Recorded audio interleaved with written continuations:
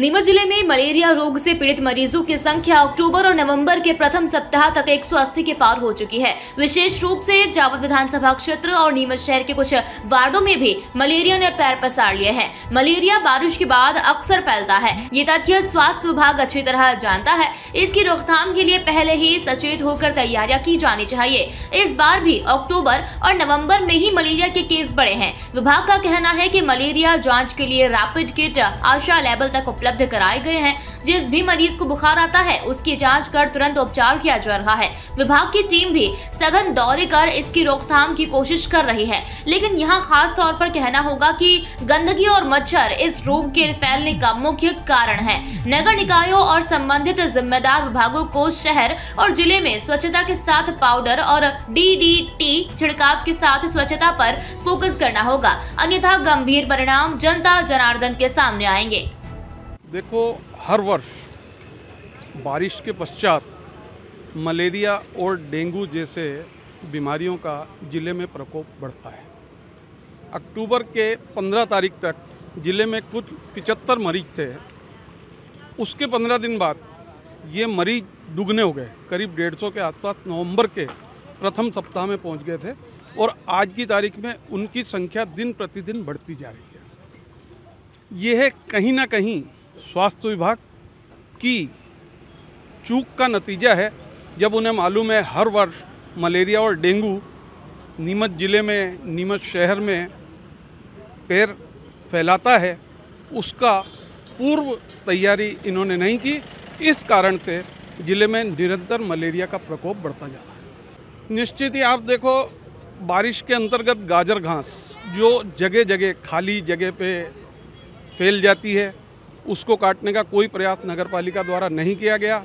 शहर में चारों तरफ गंदगी के ढेर हैं, ये नगर पालिका की निष्क्रियता को दर्शाता है और निश्चित रूप से कहीं ना कहीं बीमारी, मलेरिया जैसी बीमारी इसका रूप ले लेती है। वर्तमान में नीमच जिले में पूर्व से ऐसा कोई प्रभावित बेल्ट नहीं है, लेकिन हमारे यहाँ जो पहले जो अलग अलग क्षेत्रों में आउटब्रेक्स भी हुए थे या अलग अलग केसेस भी आए थे, तो वर्तमान में हमारे यहाँ पे जो ग्वालियर कला, जाट, ये रतनगढ़ क्षेत्र के अंतर्गत, तो वहाँ पे कुछ केसेस निकले थे और वर्तमान में वहाँ पे लगभग हमारे 150 केसेस से ऊपर आए थे। तो वो सभी केसेस की स्क्रीनिंग कर ली और तत्काल हमने उपचार दे दिया। वर्तमान में स्थिति वहाँ कंट्रोल में है। अक्टूबर नवंबर में केवल हमारे इसी समय ही केसेस बढ़े हैं और वही केसेस लगभग हमारे 150 से ऊपर ही थे। और ओवरऑल केसेस की बात करें हमारे ज़िले में, तो हमारे यहाँ अभी तक 182 केसेस ही हैं। विभाग द्वारा मेनली यही चीज़ है कि हम लोग जिसको भी बुखार आता है उनकी सीधे जांच करते हैं और रैपिड किट हमारे पास फील्ड में आशा लेवल तक उपलब्ध है।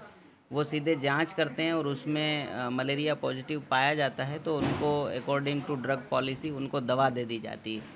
तो 3 दिन का फॉलोअप रहता है उसमें और प्रॉपर वो व्यक्ति क्योर हो जाता है। जो प्रभावित एरियाज़ थे वहाँ स्पेशली अलग से टीम भी गठन करके और उसको भी मूव कराया था, ताकि सघन रूप से हम ट्रैक कर सकें और तत्काल उपचार दे सकें। लोगों को विशेष रूप से ये सावधानी रखनी चाहिए कि एक तो फुल आस्तीन के कपड़े पहनना चाहिए, दूसरा मच्छर जो शाम या सुबह के समय घरों में प्रवेश करते हैं उस दौरान दरवाजे खिड़कियां बंद रखना चाहिए, धुआं करना चाहिए।